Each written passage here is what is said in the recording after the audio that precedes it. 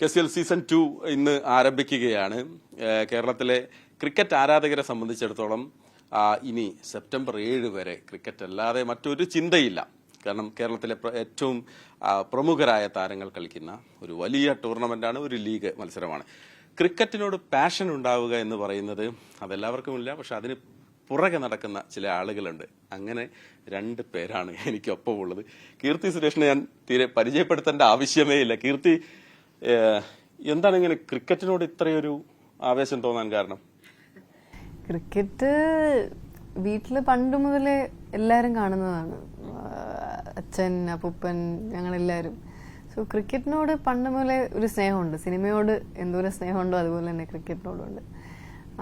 പിന്നെ ഞാൻ KVയിലാണ് പഠിച്ചത്. അപ്പോൾ ഞാൻ KVയിൽ പഠിച്ചപ്പോൾ ഇവിടെ ട്രിവാൻഡ്രത്താണ് പഠിച്ചത്. അപ്പം ഞാനൊരു 11th ആയിരുന്ന സമയത്താണ് ഗേൾസ് ക്രിക്കറ്റ് ഇൻട്രൊഡ്യൂസ് ചെയ്യുന്നത്.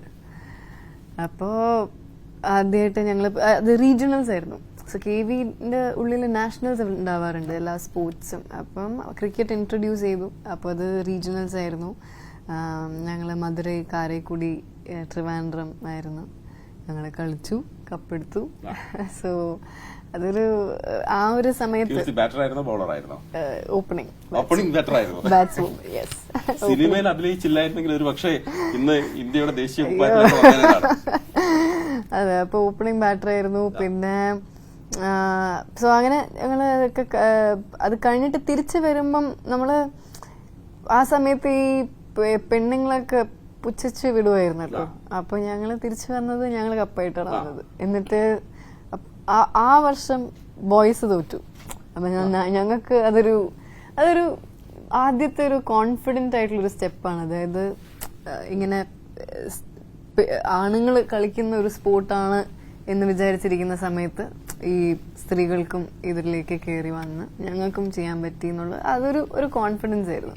ഓക്കെ, മിസ്റ്റർ റിയാസ് ആഡം, അദ്ദേഹം സിനിമാ പ്രവർത്തകനാണ്, നിർമ്മാതാവാണ്. അതിലുപരിയായി ട്രിവാൻഡ്രം റോയൽസിന്റെ മറ്റൊരു ഉടമ കൂടിയാണ്.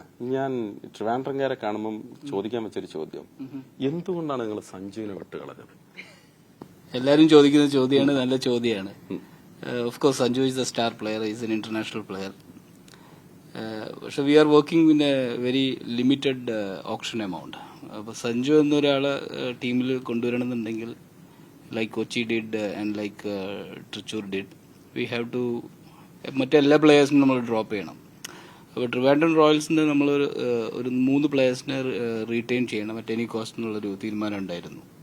സോ നമുക്ക് ആ കോർ ടീമിനെ വിട്ടുകളഞ്ഞ് ഒരു പ്ലെയറിനെ കൊണ്ടുവരാനുള്ളൊരു സ്ട്രാറ്റജി നമ്മുടെ ടീമിന് ഉണ്ടായിരുന്നില്ല. അതുകൊണ്ട് തന്നെ നമ്മൾ 3 പ്ലേയേഴ്സിനെ റീറ്റെയിൻ ചെയ്തു. We didn't go for Sanju. നമ്മളൊരു ടീം ബിൽഡ് ചെയ്യുമ്പോൾ ഒരു 1 year ഒരു സീസണിലേക്കല്ല നമ്മൾ നോക്കുന്നത്. We are building a culture in the team, we are building some core players within the team.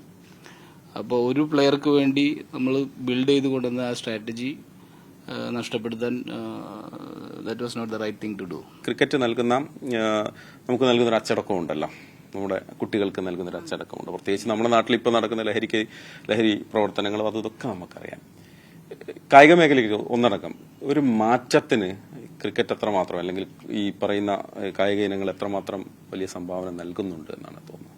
സ്പോർട്സിൽ വളരെ ഇമ്പോർട്ടൻ്റ് ആയിട്ടുള്ള ഒരു കാര്യമാണ്. സോ പക്ഷേ ഒരു സ്പോർട്സ് മാത്രമാവരുതല്ലോ ഇതിനു വേണ്ടി ഡിസിപ്ലിൻഡ് ആയിട്ടിരിക്കുക എന്ന് പറയുന്നത്. ഇപ്പം നമ്മൾ എല്ലാവരെയും ഡിസിപ്ലിൻ ആവാൻ വേണ്ടിയിട്ടൊരു എല്ലാവരും എന്നൊരു സ്പോർട്ട് ഫോളോ ചെയ്യുന്നത് വളരെ നല്ലതാണ്. അതിപ്പോൾ ക്രിക്കറ്റ് ആയാലും ബാഡ്മിന്റൺ ആയാലും ടെന്നീസ് ആണെങ്കിലും എനി ഫോം എല്ലാവരും ഫോർ ഹെൽത്ത് വൈസ് ആയിരിക്കട്ടെ, ടാലന്റിനായിരിക്കട്ടെ, ഇറ്റ്സ് നല്ലതാണ്. ഈ സീസൺ തുടങ്ങിയപ്പോൾ തന്നെ നമ്മൾ ചെയ്തത്, ബിക്കോസ് ഇപ്പോൾ ഈ ഡ്രഗ്സിന്റെ യൂസേജ് ഭയങ്കര കൂടിയിരിക്കുകയാണല്ലോ. So kick with cricket, not with drugs എന്ന് പറഞ്ഞിട്ട് ഞങ്ങളൊരു ക്യാമ്പയിൻ തുടങ്ങി. അത് വളരെ നല്ല രീതിയിൽ പോയായിരുന്നു. ആൻഡ് ഞങ്ങളുടെ പ്രൊമോഷനിൽ എല്ലാ ടീഷർട്സിന്റെ ബാക്കിലും അതുണ്ടായിരുന്നു. സ്പോർട്സിന് സ്പെഷ്യലി ക്രിക്കറ്റിന്, സിൻസ് ക്രിക്കറ്റ് ഇത്രയധികം ആൾക്കാർ ഫോളോ ചെയ്യുന്നതാണ്, വളരെ യങ്സ്റ്റേഴ്സ് ആയിട്ടുള്ളതും കുട്ടികളൊക്കെ. അപ്പോൾ അവരെ അട്രാക്ട് ചെയ്യുന്ന ഒരു ഗെയിമിൽ ഇങ്ങനെ ഒരു ക്യാമ്പയിൻ കൊണ്ടുവരുന്ന വഴി ഇന്നത്തെ ഏറ്റവും വലിയ മെനസാണ് ഇപ്പോൾ നടന്നുകൊണ്ടിരിക്കുന്ന യങ്സ്റ്റേഴ്സിൽ ഡ്രഗ്സ്. അപ്പോൾ എന്തെങ്കിലും message from our side if we can give, that's the best that we can give to the society. നമ്മൾ തുടക്കത്തിൽ പറഞ്ഞല്ലോ, ക്രിക്കറ്റിനോട് അടങ്ങാത്ത ആവേശമുള്ള ആളുകൾക്ക് അതിന് പുറകെ നടക്കാൻ സാധിക്കൂ, കൃത്യമായി ക്രിക്കറ്റിനെ ഉയർത്തിക്കൊണ്ടുവരാൻ സാധിക്കും. കീർത്തിയിൽ ഇത്ര വലിയൊരു ക്രിക്കറ്റ് ആരാധിക്കുണ്ടെന്ന് ഞങ്ങൾ പോലും കരുതിയില്ല എന്നൊരു സത്യം കൂടിയുണ്ട്. മാത്രമല്ല നേരത്തെ പറഞ്ഞതുപോലെ സിനിമയിലേക്ക് പോയില്ലായിരുന്നെങ്കിൽ ഒരു പക്ഷേ നമുക്ക് നീലക്കുപ്പായത്തിലൊക്കെ കാണാമായിരുന്നു. ഇന്ത്യൻ ടീമിന്റെ ക്യാപ്റ്റനായിരുന്നു. സ്റ്റിക്കർ കൊണ്ട്. ഓക്കെ, എനിവേ നമ്മള് ക്രിക്കറ്റ് ആവേശത്തിലേക്ക് പോവുകയാണ്. എല്ലാവരും കളി കാണാൻ എത്തുക. ഗ്രീൻഫീൽഡ് സ്റ്റേഡിയത്തിലാണ് ഇനിയുള്ള ദിവസങ്ങൾ നമ്മൾ കളി ആസ്വദിക്കാൻ പോകുന്നത്. ഷാനുവിനൊപ്പം മഹേഷ്, മീഡിയ 1.